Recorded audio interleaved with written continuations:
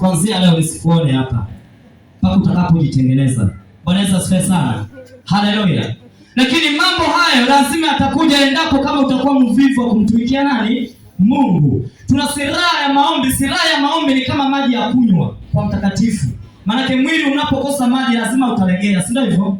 Haleluya. Maanake unapokuwa umeokoka, maji ni maombi. Bwana Yesu asifiwe sana. Chakula ni neno. Bwana Yesu asifiwe sana. Haleluya. Kwa hiyo unapokosa maombi, umekosa silaha muhimu na huwezi ukaendelea mbele. Lazima utaanguka tu. Bwana Yesu asifiwe sana. Haleluya. Haleluya. Huwezi kumshinda shetani kirahisi. Lazima umesimama kweli kweli. Bwana Yesu asifiwe sana. Kwa hiyo lazima tuwe na silaha ya maombi. Vaeni silaha zote za Mungu ili muweze kupinga hila za shetani.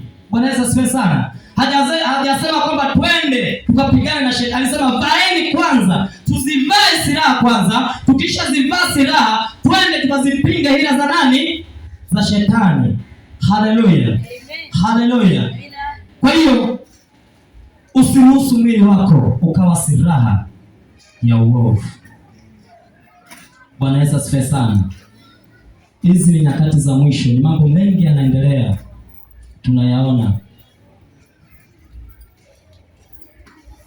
Watu wengi wanatumia miili yao kuchochea uovu. Bwana Yesu asifiwe sana. Wengine wanatembea uchi, wanachochea nini? Uovu. Haleluya. Lakini sisi tuliokoka tunapaswa kuzivaa silaha. Ukishazivaa silaha, tusome neno, tuchawe neno. Ukisoma katika Wakolosai sura ya 3 na mstari wa 16 nasema nini tufanye? Wewe tuangalie. Wakolosai sura ya 3 na mstari wa 16.